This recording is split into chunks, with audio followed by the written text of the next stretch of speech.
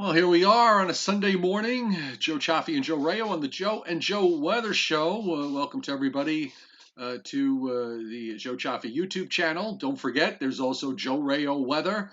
And of course, if you would like, you can also listen to this as a podcast, which you can find on Apple Podcasts, Google Podcasts, Spotify, and any one of a number of other podcast sources. You manage a team, you should be using Monday.com. And we just gave a free commercial to Monday.com. Yes. So there's got to be a the last way. few days, actually, the last few days when I logged on to YouTube, the everything was muted already. So I never worry about that. You know, you can mute your speakers without muting your microphone. You could do that. That's true, but then I can't hear you then. Well, yeah. Oh, okay. So because you don't have a headset on, but I mean, once you turn it on, then I guess never mind. I give up. Whatever. That's going to have to be a signature of quality or lack thereof to our videos and our podcast. I'm very, very excited though because my daughter is here. My daughter is the technical whiz of the family, and she is going to walk me through probably right after we do this show. She's going to walk me through how to put a presentation using PowerPoint on Zoom. So this way I can actually put that presentation on my Joe Rayo weather page, and it'll be a primer about the meteor shower, which is due to peak on Tuesday night. So all of you who are anxiously awaiting, hopefully, to look at some shooting stars, just wait a little while longer, because once my daughter walks me through the procedure, and that may be, it may take a while before it finally sinks in on how to do all of this. Right. Well, the chairman, Scott Briller, was asking me again about that this morning, about whether you were going to do a primer.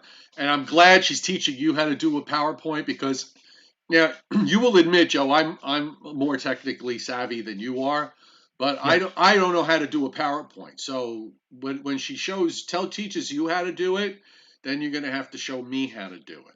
That's kind of amazing because you are miles ahead of me in terms of the technological wizardry that we do every day on this channel. Well, the reason why thank you, and I appreciate that. The reason why I've never done a PowerPoint or put one, I think I put one together once.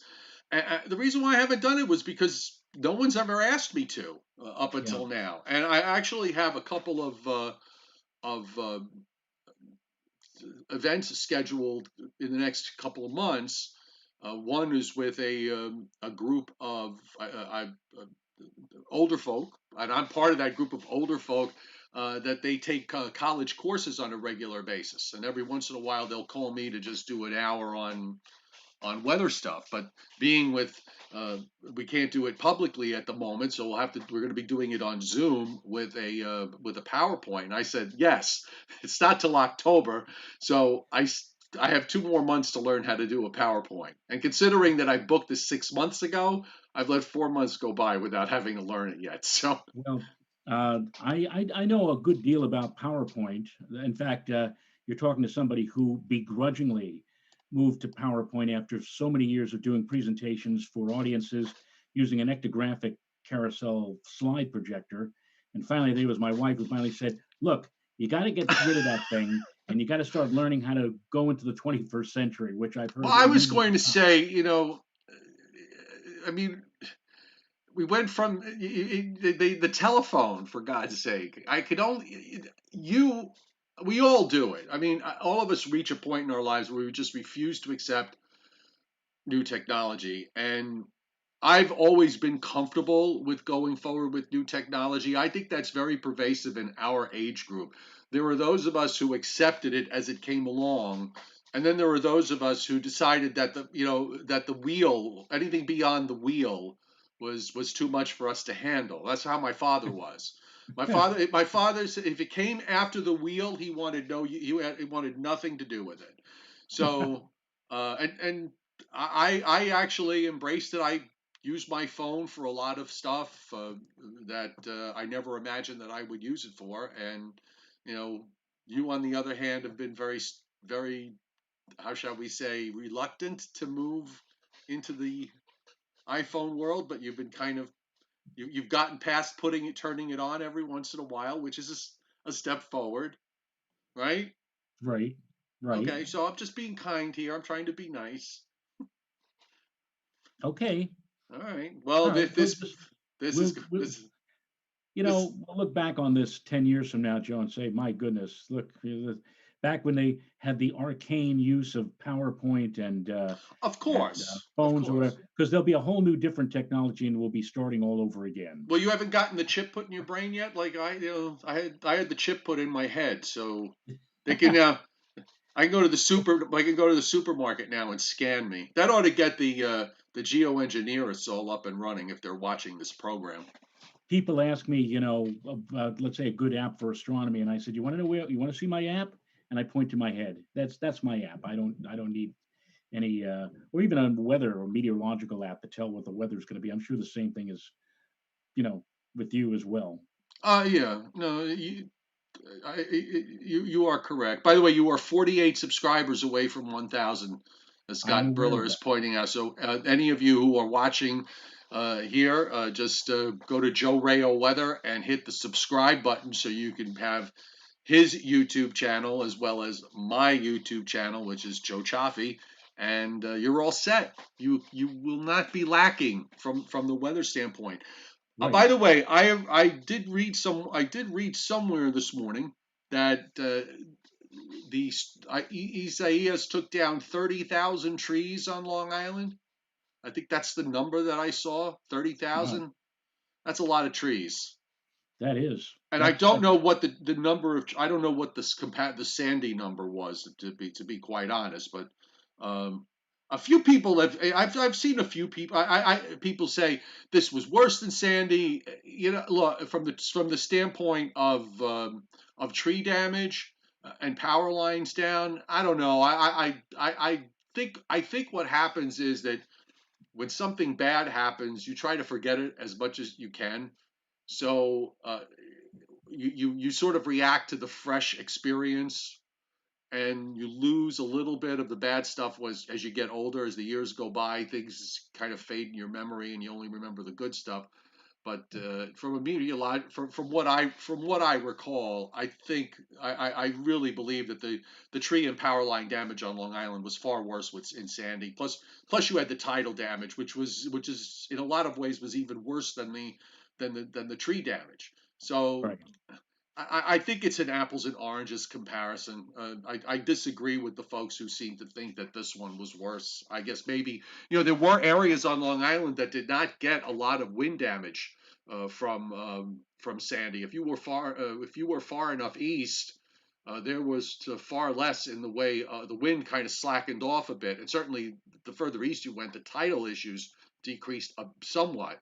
But it's hard for me to thinking back to how much damage I saw after Sandy, with trees down and power lines down, and how long some areas took to get back their power.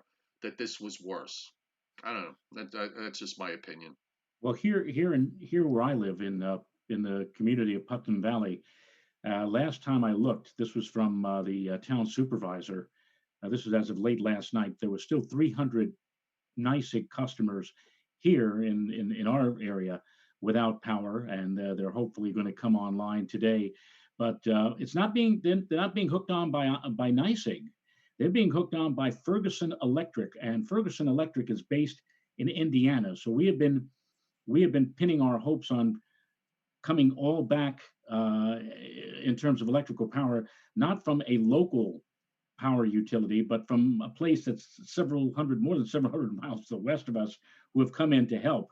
That shows you that, again, in a major storm situation, the local power utility had to call upon the cavalry from other Sure. areas. The last time when we had the four-Easter winter, I remember that our electricity was being hooked up by an electrical company from, get this now, Prince Edward Island in Oh Canada. yeah. Oh yeah. So, I had the Hawkeye Electric Company from Iowa. wow.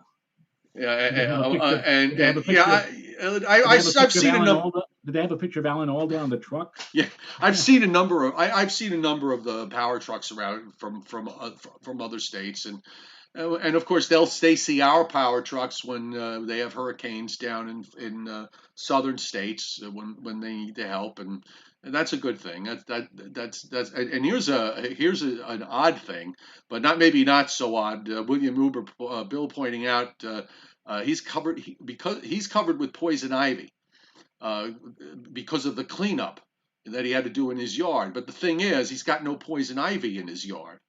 So, and he says it's possible it got blown in with all the other crap. That's his words. Yeah, certainly quite possible. And in fact, it might have blown off.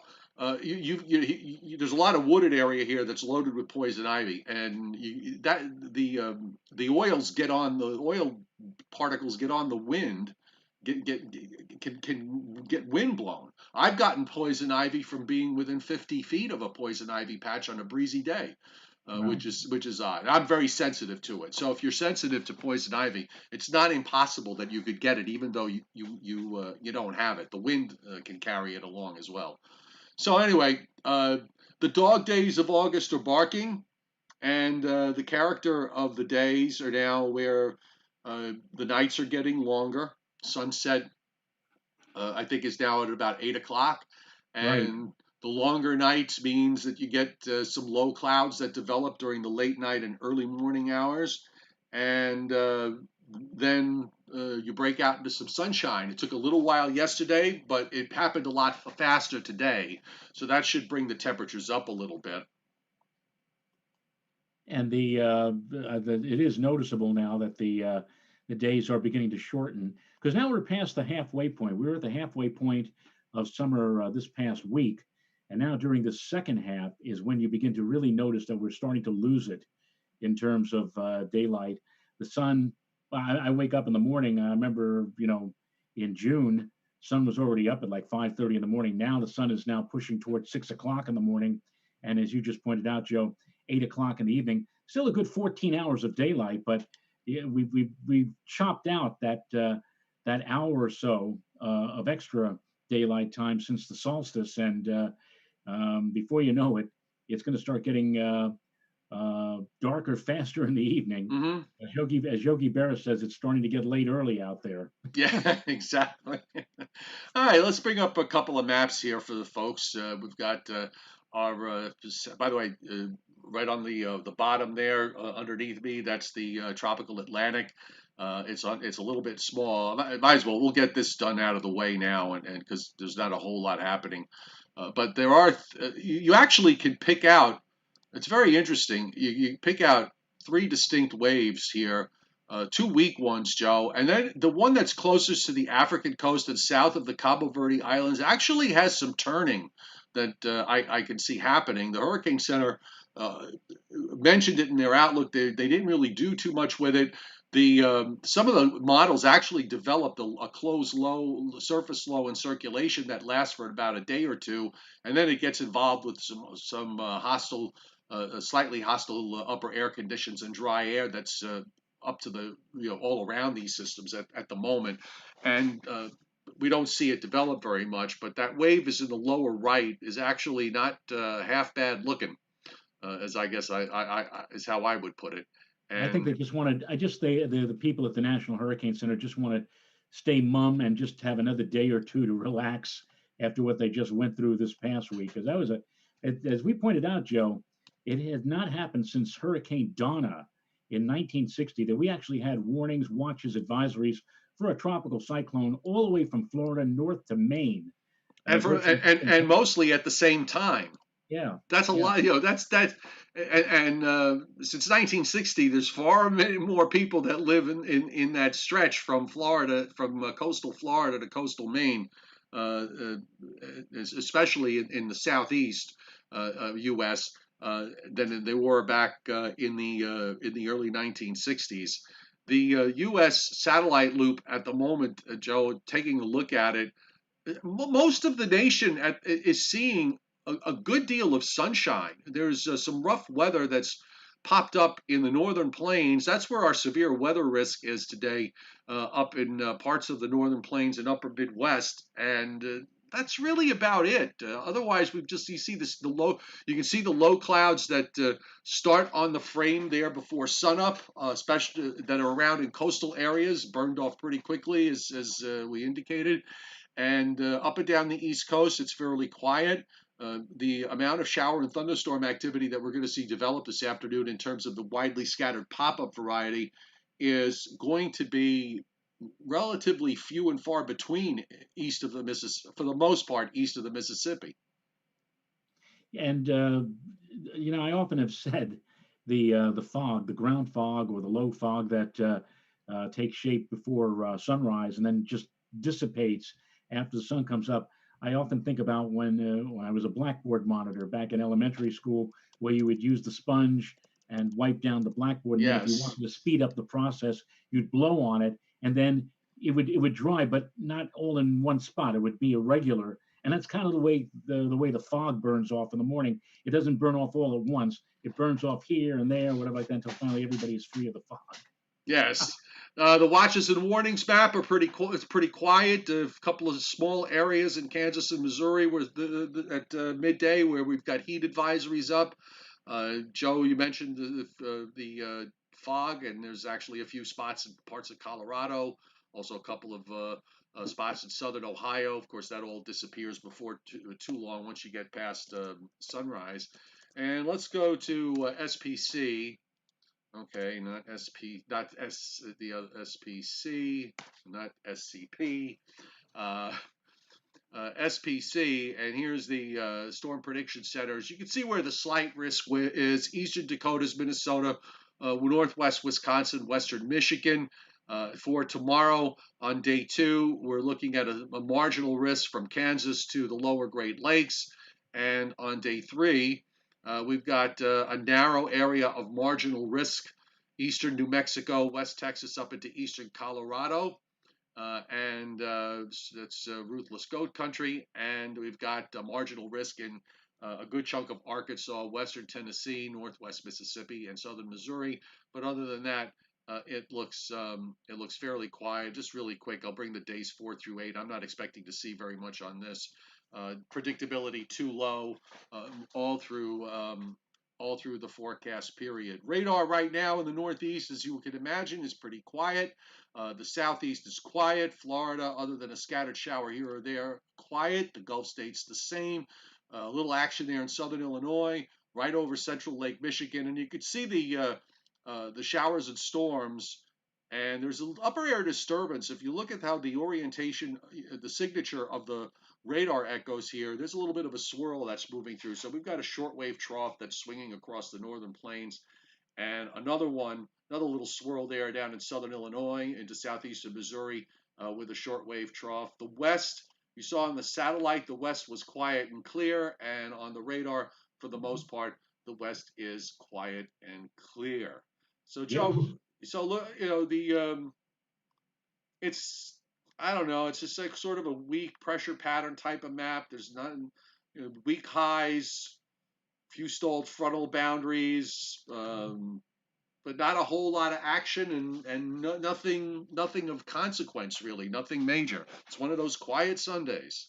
Well, east of the Mississippi, Joe, for probably most, if not all, of this upcoming week, the humidities are not going to break anytime soon. We're looking for dew point temperatures generally between 65 and 70.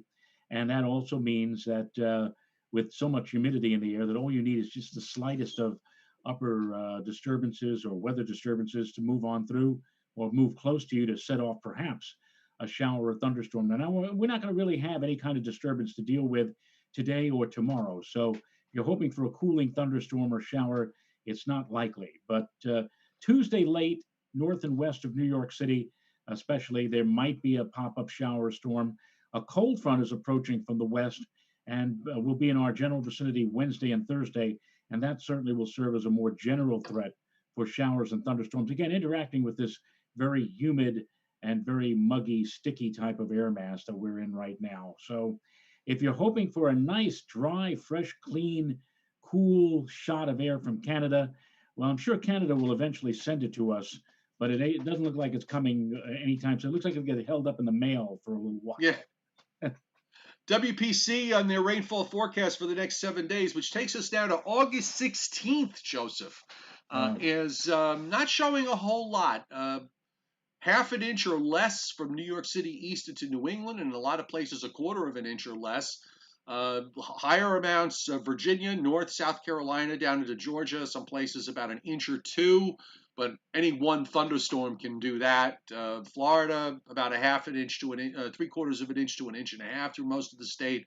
A little bit busier in the middle Mississippi Valley, some places up to a few inches, and also in the upper Mississippi Valley and the western lakes. The West is pretty quiet, talking a tenth of an inch or less, or as is the case in most places, not a drop of rain is forecast for the next week or so. So it's definitely a dog day quiet pattern that we have going forward. And I'm going to we'll go to the long range. We'll look at the GFS. The new one is not going to be available yet. That starts at 11:30 Eastern time. But in terms of the last run, and let's do a little bit of the upper air here. Joe, we've had this east-west. The general signature pattern of this summer has been an east-west ridge that runs across the southern half of the United States and across the Atlantic. It also extends out into the Pacific, and then you have this occasionally, let's call it semi-active Canadian jet that's been kind of sitting along the Canadian border, and every once in a while it revs up a bit and drops southward, and of course it drops southward in a big way early this week, where we had that deep trough from the Great Lakes down to the Gulf states. We've kind of gone back to this pattern here for the month of August. And just looking at things going forward, you get opportunities where that northern jet flexes a little bit. The models seem to want to do something maybe a week from now, where it starts to flex something in eastern Canada, brings maybe a front through, maybe not, and then it just kind of backs up again up toward the border, only to maybe drop back down south of the border later on in the forecast period. That's kind of been the signature here throughout the June, July, early August period. I don't see anything that says that's going to change. And if it doesn't change, since the overall flavor of things doesn't change, I do believe this quiet period that we're in with tropical storms is going to rev up again, maybe later this month. I do believe that. Well, the Climate Prediction Center, by the way, for next weekend is targeting the Carolinas and Virginia with a slight risk of excessive rainfall. I'm not sure exactly what might trigger that. Maybe that upper trough that you just alluded to might have something to say with that. They also have the threat of excessive rains over the Great Lakes for later this week.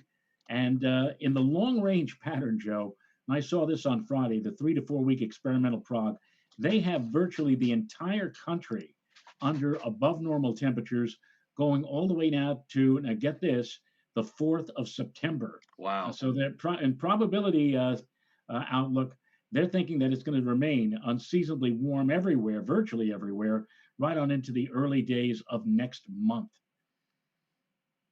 Well, as long as, look, if it's a little bit above normal, I'm okay with it. As long as it's not one of these deals where it's 95 or higher every day, I'm not okay with. Fortunately, where I am, after about the middle part of August, 90-degree days here are relatively rare. You have to have an almost perfect setup. Between the longer nights and the morning low clouds, you lose a couple of hours of sunshine. It starts to make a difference in terms of where you wind up with afternoon highs. This week, it's a warm flow. We really don't have any kind of front that gets close until, I don't know, Wednesday night, Thursday, and then it gets hung up. We've seen that happen a few times. A little bit of an onshore flow at the end of the week maybe relaxes the temperatures a little bit.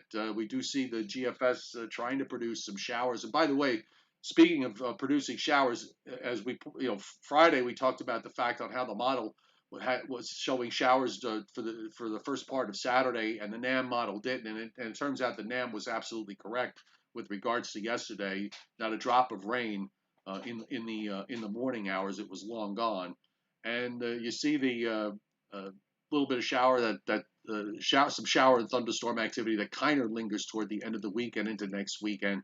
But I don't see any big deal here. And on the lower right, I'm sorry, on the lower left, you do see a little tropical system there that pops up. Actually, that might be a second one. The first one, that there's a tropical storm out there now in the Pacific, and you see it there on the lower left that the GFS keeps it away and doesn't really do much with it. And then there's another one right behind it, and another one right behind that it basically stays offshore. But while the Atlantic is quiet, the Pacific is busier. There is one thing, Joe, I want to point out with respect to tropics. I want to bring up the European, because this kind of caught my eye from last night a little bit.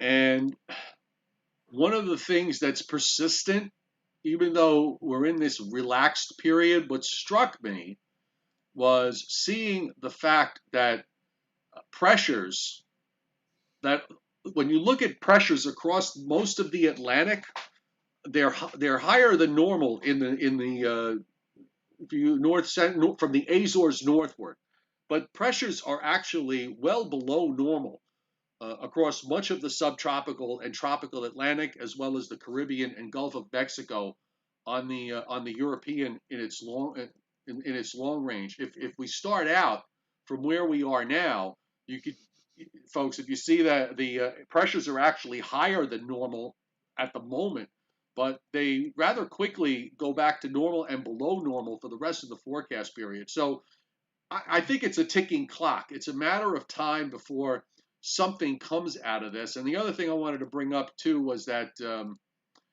look at the moisture, because at the moment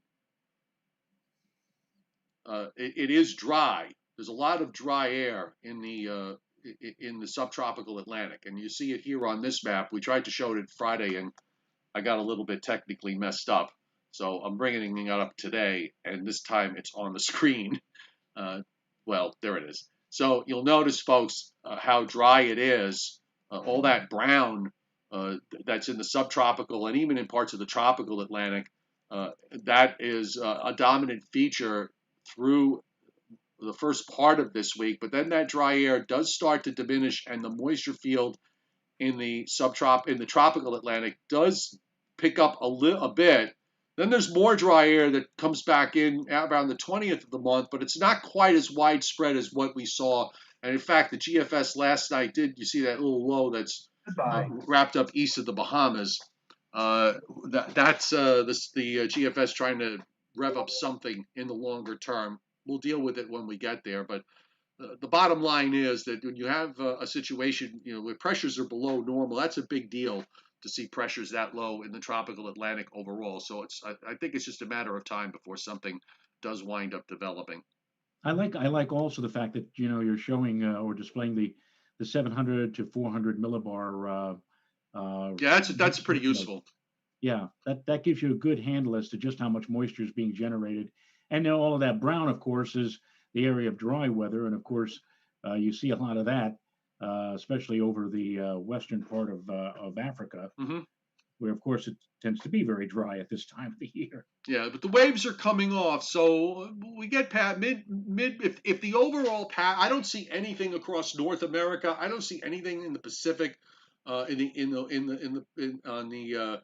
the eastern half of the Pacific anyway. I didn't really look and see what I don't really look very often what goes on in the West. I'm not a big MJO follower. I don't have time to look at every single thing because I'm not a long range guy. If you don't like that, I mean, not you personally, Joe. I know you're on my side with this, but if you're on the audience and you don't like the fact that I'm not into the long range, what can I tell you? I just don't. I don't have time. We are merely GPs of meteorology. We are general practitioners. We can offer some interesting statements and commentary and opinions about certain branches of forecasting, such as severe weather Right, but or I'm not. hurricane. Yeah, I don't have the We're time not to experts. really. Yeah, I just don't. I leave it for those that are 30 or less. That's their job. Yeah, They can go ahead and figure out the long range as much as they'd like. right. Joe, I have to tell you the truth. I honestly think it takes the. I don't understand the obsession with it. I really don't. It takes to me. It takes the fun out of things. Why would you hang your hat on something about 3 months from now, 5 months from now, 6 months from now? Uh, and I don't get it. I don't. Uh, maybe it's an age thing. Maybe it's this need to find the silver bullet that gives you all the answers because you can't stand variability. To me, it's the fun. The fun part of it sometimes is to not see it coming and then it shows up. You know. Well, there are some people who just have to know what it's going to be doing in February or March, even though it's August. And the funny thing about this is that these predictions are made so much of in the late summer when they come out, and yet when the winter is over, everybody kind of forgets, unless Yes. unless you're Well, specifically looking into this. that's why you can get away with forecasting above normal snowfall and below average temperatures every single year for the Northeast Mid-Atlantic states and in general the Eastern U.S. You can get away with saying that because no one seems to remember the fact that you've said it the year before and the year before that and the year before that and so on and so on and so on and so on. So Yeah. because you're not allowed to forecast anything other than that. There's a And lot of long range forecasts unless you have a real handle on what's happening in the next several months. You basically are making a forecast based on climatology. That's really what it all boils down to. Um, and a forecast, let's say you're going from milder than normal temperatures out in the northern plain states, and you have several days in a row where the temperatures were like 20 below zero. They come back and they say, I thought you said it was going to be milder than normal. Well, yeah, well, average everything out over the past January, February, March. Yeah, we had 20 below zero, but it was also like zero and minus. If a person from one part of the country who is not used to those kind of temperatures on a regular basis will say, "My goodness, it's so cold." But if you live out there, then you say to yourself, "Well, it's cold, but it's not as bad as it usually is." It's all relative to the specific region well, of the country. take much below and much above, and that comes out as average. Yep, Right? yep, I like what you said. I have to remember that. You said that with regards to the long range, some people absolutely have to know, and I think that's my response from now on. When somebody asks me, I'm going to say, you don't have to know. right. There's no need for you to know what the weather is going to be like, unless look. If you want to trade on it, if you're a nat gas trader, if you're a crude oil, if you're a heating oil trader, if you're a farmer who has to hedge about whether they're going to plant winter wheat, just as three examples, I understand. I can get that. That is totally acceptable.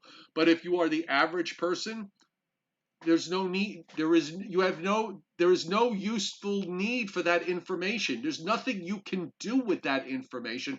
Maybe you could buy your heating oil early, but you should probably buy it early anyway when it's cheaper in the summer, before you get the seasonal price rise anyhow. But unless you're weather hedging in the markets for one reason or another, you don't need to know that. That's the way it was the general for the mainstream media. I think 50 or 60 years ago, there were a lot of things that the media were aware of, but just felt for the better good, that there wasn't any need to spread this out among the general populace. And now it seems like the mainstream media feels that every little thing that they learn about, they need to tell or splash headlines Well, across the. as long as they get to decide what it is that they're going to tell and not tell. Right. Let's be clear that editorially, well, they've lost control editorially because if they're not telling you something, then you can just go ahead and find it anyhow, because somebody out there is going to tell you. I think it started about in the early 80s. I mean, really began to start when I remember Cardinal Cook, the Archbishop of New York, passed Terence away. Cardinal Cook, Archbishop of New York. Yes, just Right, like and when Terence Cardinal Fitzgerald. when, when Cardinal Cook was at death's door, literally and figuratively, and they were waiting for the end.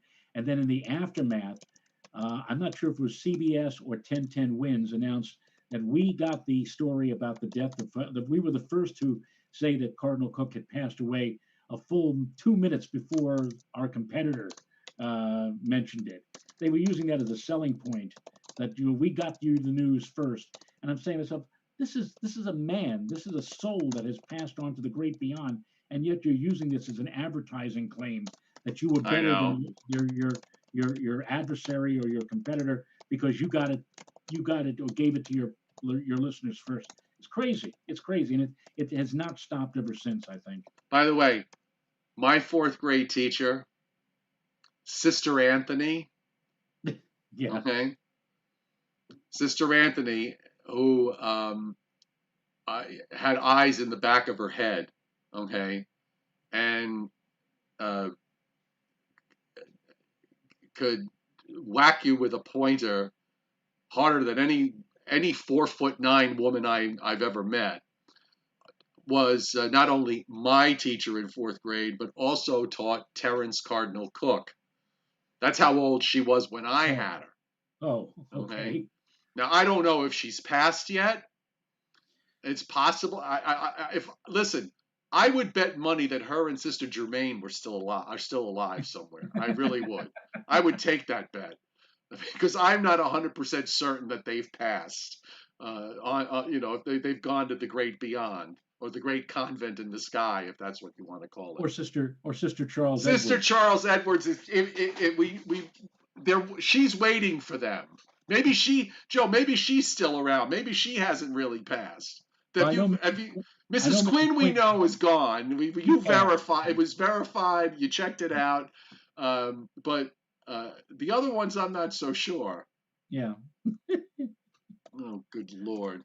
So I let's want to just thank on super chats. I want to thank first of all Paul Roman, who says toward meteorologist Joe Rayo's 1,000 subscribers, which we're hoping to get very soon. And Scott Briller, let's get Rayo over 1,000 by tomorrow. You don't want a mad chairman. Is this a threat, Scott? oh my. Oh, Oh my, he's putting his foot down now. well, well, we are, as I Don't said, piss him off. Can you use that language on the air here, Joe? I just did. You just did? Yeah. Well, then let me say better to be pissed off than pissed on. Well, there you go. Oh, we're getting nothing like being tacky on a Sunday morning. By the way, I did my miles. I was up at 5 a.m. this morning. I did my 6 miles. I did them with Yeah. my two 8-pound weights. And walked the hills of the North Yeah. Shore, which are not they're not like the hills in Westchester and in Putnam. Those are more formidable, but the hills here aren't too shabby. And I walked them this morning, so my energy level is high. I'm like ready for a fight. So let's do a little Briller Jeopardy, and then get out there and enjoy this Sunday afternoon. And same thanks to everybody who hit super chat. Paul and Scott, thank you very much. I appreciate it greatly. So here we go. Where are you? Okay, I'm here. so no, I know you are. So I know sometimes we have Price is Right rules. So today it's 3 strikes and you're out rules. Okay. So here are the questions. Name the 5 most destructive hurricanes. Now I don't know what the standard measure if we're using. Are we using dollar value, dollar damage? Maybe we're using dollar damage. Or what other parameter is there? So let's assume it's dollar damage. So go ahead. All right. Well, I'll say Camille. Is she on the list? Well, Okay, do I so have now to? that's another question. That's another question with a question like this. Do we adjust for inflation or we don't adjust for inflation? So it seems to me, looking at the answers, that these are in nominal dollars, not inflation adjusted dollars. So that should help you remove Camille, Okay. Yeah, that was because after over because 50 years because ago. it's looking to me like it's nominal dollars. So, but go ahead. There's one that not many people mentioned, but it was a monstrous storm, Mitch. Um, that would be one on my list. and of course the most recent ones, Maria, Irma. How about Katrina? Yeah, are any of these that I've mentioned? Two so far. Okay, Matthew. Again, I'm thinking now in terms of dollar value Right. of Well, more you've already recent. had your three misses. All right, so But you got two out of the five. So it's Katrina, Harvey, Sandy, Irma, Andrew. see, now with Sandy, Sandy was like a minimal hurricane when it landfalled here, But it uh, impacted but it it impacted impacted. a big metro area. Correct, correct. So Then they that should right, have taken that into account or whatever. I'm thinking my mind is thinking about in terms of Saffir Simpson right. But and that's low why I volume mentioned the damage and inflation adjusted dollars. or non-inflation adjusted dollars. Well, How many? if we had moved Camille into our last decade, I'm sure that she would be up there in terms of dollars, along with I Katrina. think if you inflation adjust them, yeah, if you inflation adjust, you're going to come out. You may come out with a slightly different list. Yeah, So yeah, you have to. Sometimes it's kind of hard. A right. storm that had Camille was the first $1 billion hurricane in 1969. 9. I believe it was the first hurricane to cause $1 billion in damage. So if you inflation adjust for 1969, and then you also have to population adjust that damage. So it could have been maybe in today's dollars, it probably would have been a 40 or $50 billion. I Uh, remember watching like a week or 10 days after Camille hit. I remember watching a telethon. It wasn't much of a telethon. It was only about 3 or 4 hours long, hosted by Bob Hope and Bing Crosby. That gives you an idea of just how, potent the storm was. That the at that time, two of the biggest names in the media and television had come together to try to raise money for the Southland because of this massive storm. I don't know if you would ever see something like that again. right, and With and that, more people died from the flooding in the Tennessee Valley and on up into the mountains of Virginia and West Virginia, in those areas, than died from the landfall. I mean, a sizable number of people died lost their lives on the landfall on the coast, but more people actually died from the flooding because a lot of those areas got 30 inches of rain in 24 hours, and the flooding was insane that occurred up in the Tennessee Valley and up in the Central Appalachians. So and the time frame of the movie Forrest Gump, when he bought his shrimp boat down in Mississippi, and they had a hurricane that devastated the whole region. That presumably was Camille, but they weren't. I guess they weren't allowed to use the name Camille for whatever reason. So instead of Camille, it was Carmen. But it was the same time frame. It was like late 1960s, right. 1969. Well, They Carmen did. was 75, but Carmen, if I recall, was more of a Caribbean storm than anything else. You're right, right. It was kind Uh-huh. of like a mixed up thing. Like, why are they using Carmen? They should have used Camille. I I don't didn't know. know that there were rights to hurricane names. That you They were Oh, trademark. um, well, who knows? People, who knows what? There's so much stuff that's trademarked, and yeah, you're right. Who knows why they couldn't use it? Um, okay, the second question is, now we had that question the other day of how many tropical systems impacted New Jersey. So, how Right. many named tropical system affected New York City in some way? In some way. Hmm. So in other words, like a storm like a David or a Frederick that had, or Hugo that had minimal. Well, I would say, looking at, I would say tracked tracked near New York City, All right. plus or minus just a handful of miles. Uh, I remember when I did a report for News 12 to contradict what Governor Cuomo said after Sandy, where he said, the reason why we have such devastation with Sandy is that we weren't built for a hurricane because we didn't have We hurricanes. didn't have Right. hurricanes. It never happened before. No, no. And we did it. We went back using one of David Ludlam's books, and we found, oh, how many did we find? We found like I think You like know, I'd like to. we No, found I'm going like to stop. 50. Go ahead, Joe. Finish your thought because I I'm going to say something. 50. I'm going to say 50 as a round number. Well, he's got 28, but again, I don't know what the parameters are for how he got to the 28. Yeah, So these are all these questions that are the questions that are up for debate. I mean, sometimes there's no simple answer to these things.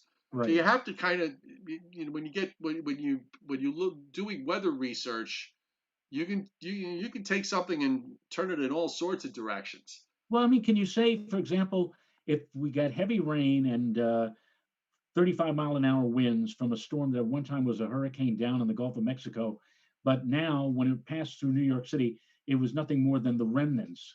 And you say the remnants of Congolia passed through the area. And does that include all the Mongolia. winds here? I'm thinking about a name that I don't think of a regular name, but just a hypothetical name, All right, Ulysses, Ulysses. Ah, Hurricane Ulysses, the remnants of Ulysses. right. Oh, good Lord. All right. So let's wrap it up for this Sunday. I don't really have You too don't much want your else to add. you don't want your questions or Oh yeah, give me my questions. I forgot. okay. Only three sitcoms ended their run as the number one show on TV. Hint: 1950s, 1960s, 1990s. So only three All right. sitcoms. So I'm gonna say I Love Lucy, obviously for the 50s. Right. All right. What's the next decade? 1960s. And we're talking sitcoms. Yes. 1960s sitcom that I'm ended gonna as give a number one. I'm gonna give you a hint. I'm gonna have a little trouble with that one. I'm gonna give you a hint. I'll do one of the commercials that this sitcom used to do. I want to tell you, Ritz crackers are just great. Good cracker. Good Oh, cracker. it's okay.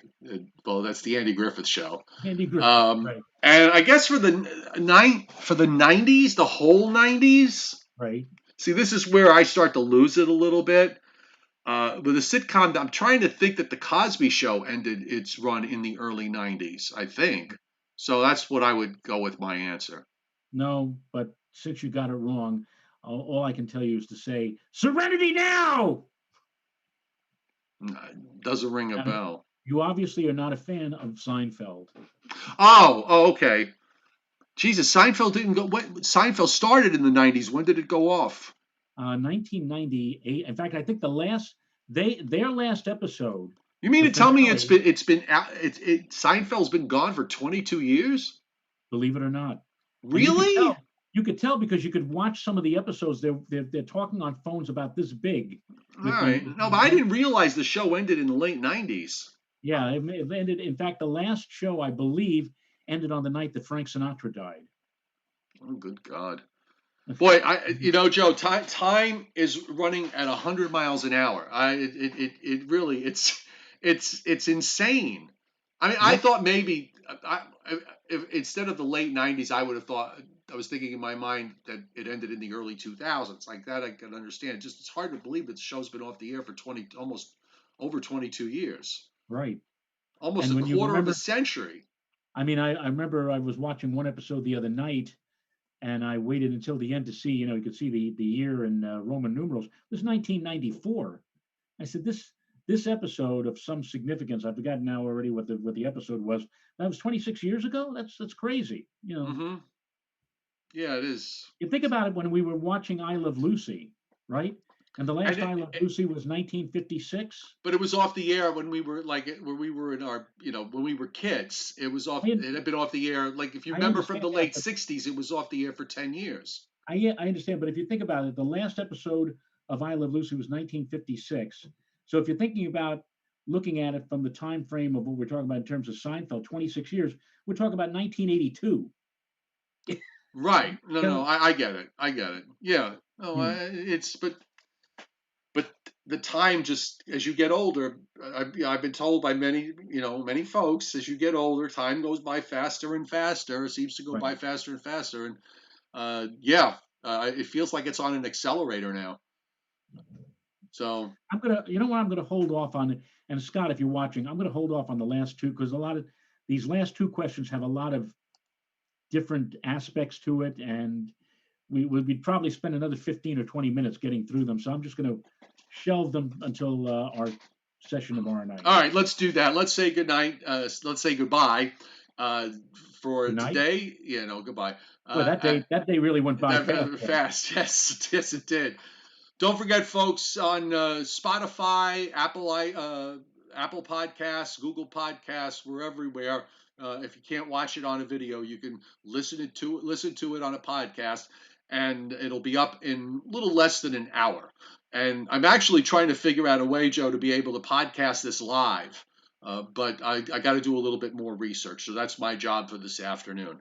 Right. So after you learn how to use PowerPoint. Well, that's your job to teach me once you figure it out, and your daughter shows you what it is.